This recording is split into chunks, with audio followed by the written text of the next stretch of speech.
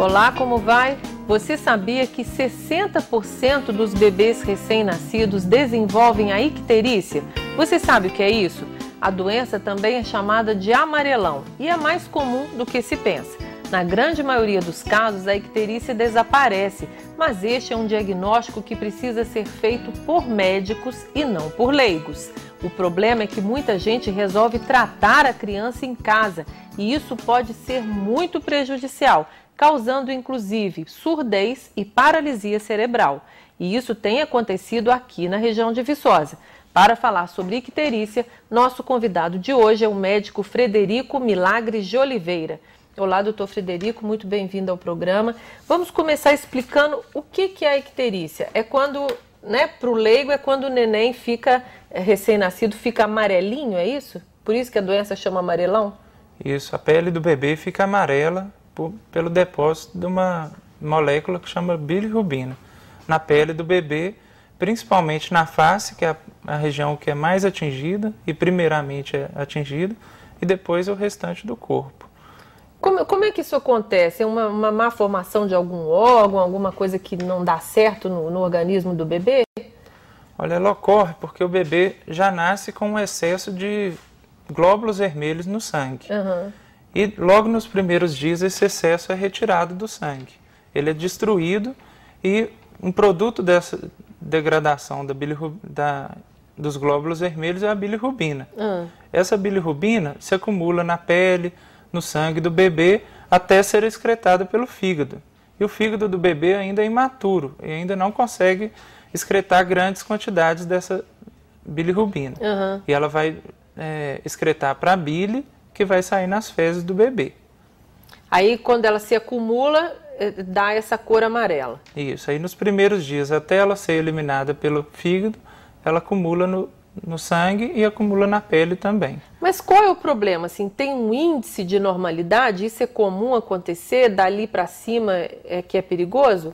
Isso. É muito comum, em todos os bebês isso acontece, mas alguns apenas que vão chegar a níveis preocupantes, que podem levar a complicações. Então, esse é o cuidado que a gente tem que tomar para não chegar nesse ponto. Quando uma criança nasce, em geral, ela, depois que ela fica vermelhinha, depois que nasce, uns 2 ou 3 dias depois, ela é meio amarelinha mesmo, não é? Isso é normal. Essa já é a icterícia, porque a criança que está vermelhinha, a gente tem até que apertar a pele, pressionar, para que a gente veja por trás desse vermelho o quanto que está amarela a pele. Uhum. No rosto, em 60% das crianças vão desenvolver. Agora, o problema é quando isso vai além do rosto, chega no peito, na barriga, nas pernas, e pode chegar até mãos e pés. Quando chega nesse nível, a bilirrubina deve estar alta no sangue e pode causar problemas para o bebê. Enquanto estiver no rostinho, ainda tem um nível de normalidade. Depois é que é perigoso, se espalhar. No rostinho até o tórax é normal. E deve ser só observado. E é o caso que não precisa de tratamento. Quando chegou além disso, deve ser medido no sangue a bilirrubina. Tem os exames de sangue para serem feitos que vão detectar se ela precisa de tratamento ou não. Ou se deve ser feito apenas o acompanhamento. Até com exames seriados, que deve fazer outros exames depois. Então, por isso que é importante visitar o pediatra para acompanhar. Vamos deixar isso bem claro, assim, esse índice de normalidade da cor do bebê é o médico que é capaz de avaliar, não é? Porque é muito comum as avós, principalmente, as bisavós, assim, as pessoas que são mais antigas, terem mania de diagnosticar o amarelão por conta própria e tratar em casa, né? Porque eles olham no rosto e não têm o cuidado de olhar no resto do corpo se tem o amarelão. E isso não vai diferenciar de uma criança que tenha a icterícia fisiológica, que é a normal, da icterícia patológica, que deve ser tratada. Então, em casa, muitas vezes eles diagnosticam em casa mesmo, por avós, tios, e vai ser atrasado o tratamento dessa criança, que tem que ser o mais breve possível. Porque o aumento pode ser de um dia para o outro. Então, atrasar esse diagnóstico pode ser prejudicial para o bebê. Prejudicial em quê? Porque o nível no sangue da bilirrubina não dá para ver só pela coloração da pele. Então, deve ser feito o exame para que a gente veja que, se está chegando no cérebro, pode ter um nível tão alto que a bilirrubina vai impregnar no cérebro e vai dar o problema que é a consequência do amarelão, que é o kernícteros, que a gente chama, que é o excesso da bilirrubina no sangue, levando a consequências neurológicas. Por exemplo, que a gente falou aqui agora há pouco, a surdez, por exemplo, é uma consequência. A surdez é uma consequência e a paralisia cerebral também. A criança não vai ter o desenvolvimento normal. Ela não vai conseguir se desenvolver na escola, vai ter problemas depois. Chega a esse nível de gravidade. Chega. Uma coisa que aparentemente é simples, que tanta gente fala, né? O neném está com amarelão e cuida em casa, a gente vai falar disso daqui a pouco, pode ser uma doença, desenvolver uma doença muito grave. E muitos dos casos de kernícteros desenvolvem até o óbito. Então, as crianças que sobrevivem terão sequelas. E muitas delas ainda poderão falecer por causa disso. Então, assim, uma vez diagnosticada a icterícia num nível de gravidade um pouco maior, é remédio. Tem que tratar com o pediatra, com o médico. É fácil o tratamento? É tranquilo? Olha, o tratamento não é com um remédio em si, com um comprimido ou com um xarope, né? Nem com chá, muito menos com chá.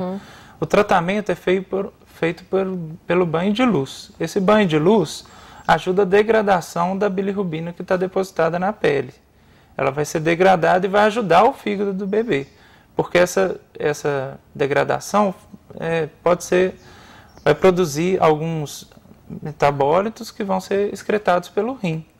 Então o rim vai poder ajudar o fígado. Por isso que é importante fazer esse tratamento. Então a criança vai para o hospital e tem que tomar aquele banho de luz que põe aquela vendazinha no olho. É colocada a venda e fica alguns dias no tratamento com a luz. E é tranquilo o tratamento? Assim, É tranquilo. São muito raros as complicações pelo tratamento, porque às vezes o calor é grande pela luz, né? Então pode ter complicações, mas é muito raro.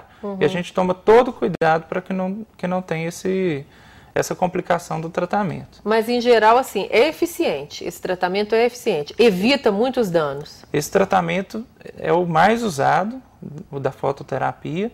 Em alguns raros casos em que o bebê chega a níveis muito altos, deve ser feita exsanguíneo transfusão, que é uma troca do sangue do bebê por um outro sangue que não contém a bilirrubina. Mas esses são casos muito selecionados, são casos que devem ser cuidados na UTI neonatal, da qual nós dispomos aqui na cidade. Então, no hospital será visto qual o tratamento necessário para esse bebê. Mas, doutor Frederico, é comum, ele estava me relatando agora há pouco, um caso que aconteceu em Ervalha, não é? De uma criança que desenvolveu a icterícia, não foi descoberto e acabou tendo uma sequela neurológica grave, não é isso? Isso ocorreu sim, e ocorreu porque a mãe ficou de resguardo alguns dias, num quarto escuro, e não observou a cor do bebê, né? Porque no quarto escuro ela não vai conseguir ver a cor dele.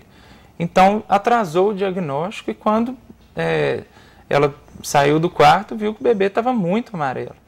E quando foi levado para o hospital, foi feito todo o tratamento, mas mesmo assim ele desenvolveu kernícteros. Por sorte sobreviveu, mas teve sequelas, né? Agora é difícil acreditar que hoje em dia ainda exista mães que façam esse tipo de resguardo, né? De ficar no quarto escuro, de não tomar banho, de não lavar o cabelo, de ficar sem visita, comendo coisas assim. Isso não existe mais, né? Hoje em dia a gravidez e o parto, o pós-parto é uma coisa bem mais tranquila, né? Mães que fazem o pré-natal, que recebem orientações antes do parto, que fazem o acompanhamento, elas geralmente não vão fazer isso, né?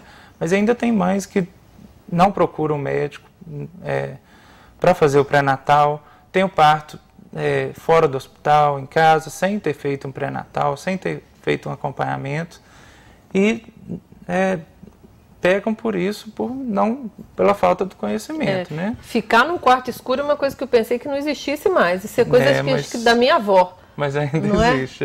E foi por isso que aconteceu esse caso. E também tem outros casos, que não por causa disso, mas que tentam tratamento em casa. Isso. Todo mundo tem um tratamento para icterícia, né? O tratamento que todo mundo conhece é o famoso chá de picão. Isso mesmo, chá de picão muita gente conhece e é um tratamento que cada um faz de um jeito, tem gente que dá o banho com chá, tem gente que faz o chá mais concentrado e dá para o bebê tomar. Então, e tem gente que faz um chá um pouco mais, com pouco picão, né? Então, não tem uma padronização do tratamento e nenhuma dessas formas funciona também. Então, vamos deixar claro aqui, chá de picão não resolve o caso da icterícia, isso é mito. Isso é mito, não funciona. O tratamento com chá de picão atrapalha o bebê, porque vai atrapalhar, vai atrasar o diagnóstico e vai atrapalhar o bebê. Porque uma criança que poderia ter tido um tratamento simples, depois vai chegar com níveis muito mais altos da bilirrubina e o tratamento vai ser mais difícil.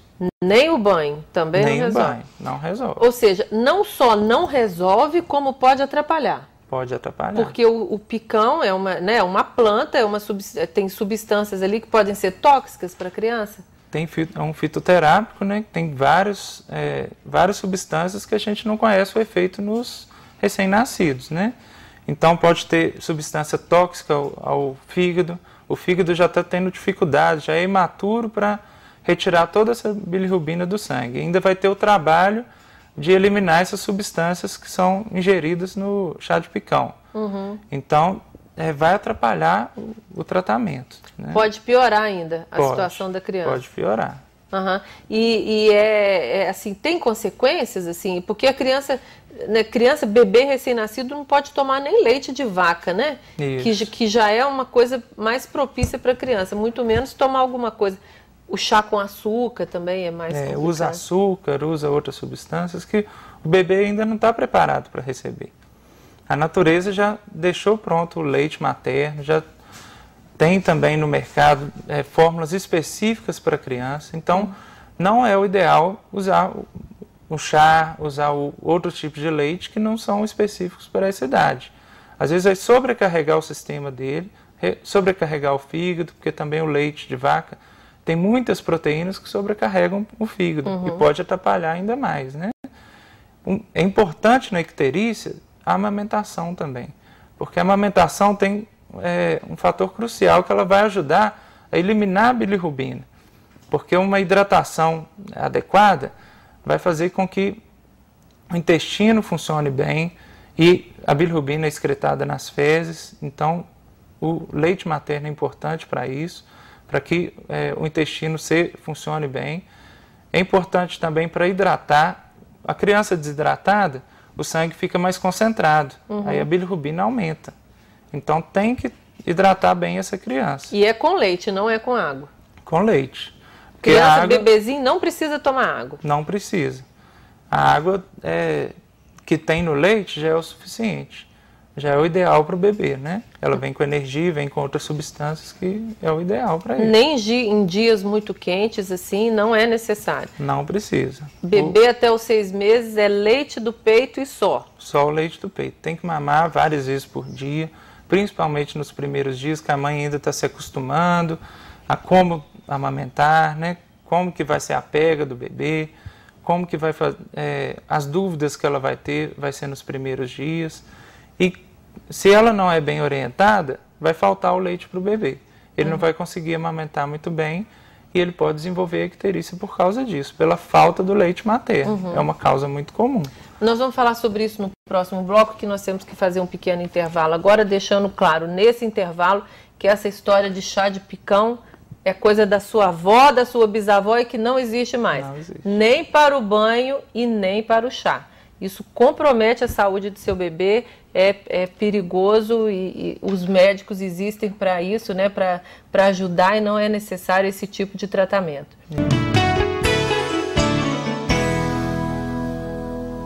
O Viva Saúde está de volta, hoje conversando com o pediatra Frederico Milagres de Oliveira sobre a icterícia e os cuidados com bebês recém-nascidos. Doutor Frederico, é verdade também, a gente já falou no primeiro bloco, que o chá de picão é mito, não funciona, ainda pode fazer mal. É um outro mito sobre icterícia ou amarelão, é que o leite materno pode causar a icterícia, isso é verdade? Isso não é um mito, isso aí é verdade. Existem alguns casos que o leite materno leva à icterícia. Nesses casos, a evolução é característica. A evolução é de que no final da primeira semana, o bebê começa a apresentar a icterícia, geralmente leve, que o pico vai ser na segunda semana de vida, que ela vai ter os níveis mais altos e que a pele vai ficar mais amarela e depois começa a regredir. É uma situação também que deve ser acompanhada pelo pediatra, porque em alguns casos pode chegar a valores aumentados que precisam do tratamento, que é com banho de luz geralmente. E o papel do leite materno é que ele às vezes sobrecarrega o fígado nessa criança e vai dificultar o fígado de retirar a bilirrubina do sangue, causando essa icterícia. O tratamento não exige que retire o leite materno, porque o leite materno tem muito mais funções que são benéficas para o bebê. E geralmente esse nível de bilirrubina não vai trazer nenhum problema para o bebê. Por isso que deve ser acompanhado. Em caso que precise de fazer o tratamento exige apenas 1 ou 2 dias sem o leite materno. Nesses casos será fornecido para o bebê outro tipo de leite, que é fórmula específica para bebê, e depois ele vai voltar a mamar no o leite do peito da mãe e vai continuar normalmente. Ele não vai ter problemas por causa disso. Vai poder amamentar até os 6 meses. A gente sempre fala aqui da importância da amamentação e não custa falar mais uma vez. Assim, não existe motivo para suspender o leite materno, né? É para insistir. Mesmo que isso cause, por exemplo, algum desconforto para as mães, existem casos em que a mãe não consegue dar mamar? Tem como ser ajudada nesse sentido? Os casos que a mãe não consegue é porque ela não foi devidamente orientada. A amamentação não é para causar desconforto na mãe, não é para causar dores. Ela tem que ser bem orientada em relação à postura, ao jeito de dar o peito, como que ela vai variar a posição do bebê, não sempre na mesma posição, não sempre no mesmo peito, ela vai trocar de um peito para o outro. E vai ter várias posições que ela não fique sempre com a mesma postura. Então ela vai poder variar, vai poder também, ela tem que sentar em um local confortável, tem que apoiar bem o braço, ela não pode ficar com o braço no ar, né? Que vai poder, faz muita força com o bebê em cima, cansa, né? Então apoio no braço, uma poltrona que ela possa apoiar, e tudo isso vai ajudar para que ela não tenha dores, que isso possa ser o mais prazeroso para a mãe e para o bebê. O leite materno é o que mais traz a proximidade entre a mãe e o bebê. E saúde para o neném também. E saúde para o neném. E para a mãe também, né? Porque o benefício não é só para o bebê. A mãe também vai perder peso mais rápido, vai voltar ao normal que ela tinha, né? Então isso aí vai ser uma troca entre o bebê e a mãe. O leite materno é muito mais do que só a alimentação do bebê. É a relação entre a mãe e o bebê. E hoje a gente tem muito para ajudar a mãe. Hoje no Hospital São Sebastião a gente conta com banco de leite, com profissionais que são capacitadas para ajudar a mãe. A mãe que já saiu do hospital também, ela pode ir para o banco de leite e tirar suas dúvidas. Todos os dias funciona o banco Nós já de leite. tratamos disso aqui no outro programa, para você que não viu, né, no Hospital São Sebastião existe uma orientação para a mãe durante a gestação, né? Isso. Que ela frequenta um curso mesmo para aprender a dar mamar. É bobagem pensar que é da própria natureza você saber dar mamar, né? A gente é da natureza dar o mamar, mas saber dar o mamar existem técnicas que ajudam a dar esse conforto, né? Não só antes, né, do neném nascer, mas depois também. Tem muita gente que o leite seca por estresse, por ansiedade, a gente já tratou disso aqui, por isso que eu estou dizendo, e que poderia ser evitado se tivesse uma técnica correta de segurar o neném e dar esse mamar de uma forma mais tranquila, né? Isso, e a amamentação, assim como a icterícia, também tem muita gente que influencia, né? Os avós, os tios, todo mundo quer falar alguma coisa nova e muitas coisas atrapalham, né? Muita gente indica o uso da chupeta, logo nos primeiros dias já chega com a chupeta na casa da mãe que quer amamentar, já leva a chupeta, leva a mamadeira, porque não leva é outros tipos de leite. Isso aí tudo vai atrapalhar a amamentação correta do bebê, né? Porque ele vai sugar outra coisa que não vai sair leite. Então, e a mamadeira também é muito mais fácil, o bebê não vai ter que fazer o esforço, ele vai largar o peito. Então, pelo menos nos primeiros 15 dias, é totalmente contraindicado. para que não atrapalhe a amamentação. Depois que a amamentação estiver bem fixada, ela pode até oferecer em alguns momentos, poucos momentos. Oferecer a chupeta. A chupeta, não agora, a mamadeira. A mamadeira não. A mamadeira vai atrapalhar mesmo. Porque a criança só precisa do leite materno. E esses chazinhos assim, que a gente dá para criança recém-nascida? Chá de funcho, para gases, esses assim que a gente acha que se não fizer bem, mal não faz, é verdade isso? Geralmente, eles podem fazer mal, né? E também o único benefício dos chás é a hidratação. Mas é uma hidratação que é muito pior do que a hidratação do leite materno. O leite materno, além de hidratar, ele dá energia e dá várias substâncias que defendem o organismo do bebê. Né? E até a icterícia, né, que a gente já falou que ele protege o bebê da icterícia. Em raros casos que ele pode causar, né, e que não vai atrapalhar também o leite materno. Você estava falando da influência dos avós, assim, é lógico que a experiência da avó, da bisavó, do X, é sempre bom para uma mãe de primeira viagem, mas assim, a técnica está na mão, às vezes, dos médicos, dos profissionais de nutrição, que estão ali para ajudar também, a gente tem que saber com quem contar de uma maneira correta. Mas a família tem alguma influência na icterícia? Assim, existe uma predisposição genética para a icterícia que as mães devem se alertar para isso? Olha, em alguns casos que a mãe já teve outro bebê que precisou de fazer a fototerapia, que teve icterícia, esse bebê vai ter maior chance de ter icterícia. Também filhos de mães diabéticas também têm maior chance. Bebês que nascem com maior quantidade de glóbulos vermelhos no sangue. Então, todos esses casos têm um maior risco de desenvolver icterícia depois. Tem que ficar de olho, principalmente diabética. A mãe diabética influencia muito. A icterícia pode ser o sinal de uma outra doença? De outros tipos de doença? Isso é importante? Isso é importante também. Os bebês têm... o bebê que apresenta icterícia, é importante ele ser avaliado pelo médico, ele vai olhar as outras causas também. Dentre elas, tem causas infecciosas, como toxoplasmose, rubéola, HIV também. E tem causas também que não são infecciosas, que são a obstrução do fígado, a obstrução da bile, que não vai conseguir sair do fígado, então que precisa de cirurgia. Então, todas essas doenças são avaliadas pelo pediatra, ao mesmo tempo que ele avalia o tratamento, se precisa ou não. Então, além do exame da bilirrubina, são feitos outros exames concomitantes, né, que vão auxiliar o médico a direcionar.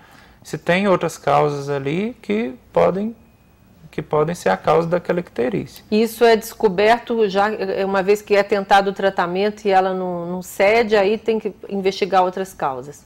Se ela é causa de outro tipo de doença. Se ela é sinal de outra doença, né? Isso, se ela não responde ao tratamento. Logo no início também a gente faz uma triagem para outros problemas. É muito importante a mãe que fez um pré-natal adequado, porque a gente já vê os exames que ela fez, que praticamente a gente já elimina essas outras doenças, né? A mãe que fez o pré-natal, ela fez um exame para ver se ela teve toxoplasmose, se ela tem HIV, se tem sífilis, que são doenças que também causam icterícia. Então é muito importante que ela tenha o pré-natal já bem feito para que a gente tenha esses exames. A criança que não tem que a mãe não fez o pré-natal, a gente tem que investigar essas doenças também. Tem que fazer uma nova triagem para procurar essas doenças. E tem algumas doenças que é só depois mesmo que vão ser avaliadas. Se ela não responder ao tratamento, tem que procurar alguma doença dos glóbulos vermelhos, uma má formação, que eles podem ter formas diferentes, que predispõem. Anemia falciforme também pode predispor a icterícia. Então, tem várias outras doenças que tem que ser avaliadas. Doutor Frederico, o programa está chegando ao final, a gente sempre faz esse alerta, principalmente aqui na região de Viçosa, que ainda tem uma zona rural muito grande, né? Assim, uma participação da zona rural muito, muito importante.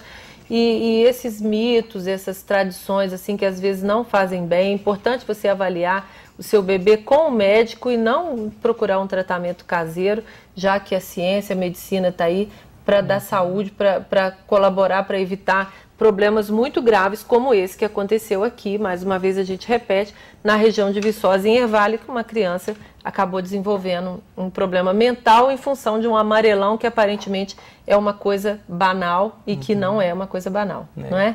Tem então, que ser tomado cuidado. Tem que ser tomado cuidado e o cuidado do médico, do pediatra, com certeza. Doutor Frederico, muito obrigada pela sua presença aqui, obrigada pela sua participação.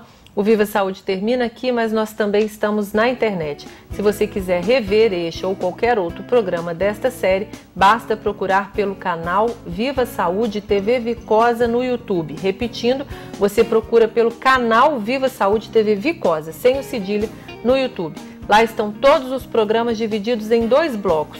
É só clicar e assistir. E se você quiser enviar sugestões de temas ou de profissionais para serem entrevistados, mande um e-mail para a gente. Anote aí o nosso endereço, vivasaude@ufv.br. O endereço está na tela, vivasaude@ufv.br. O Viva Saúde é uma produção da TV Viçosa e dos alunos e professores do curso de Medicina da UFV que participam do projeto Medicina Consciente. Nós nos vemos na semana que vem. Até lá e uma semana com saúde e paz para todos nós.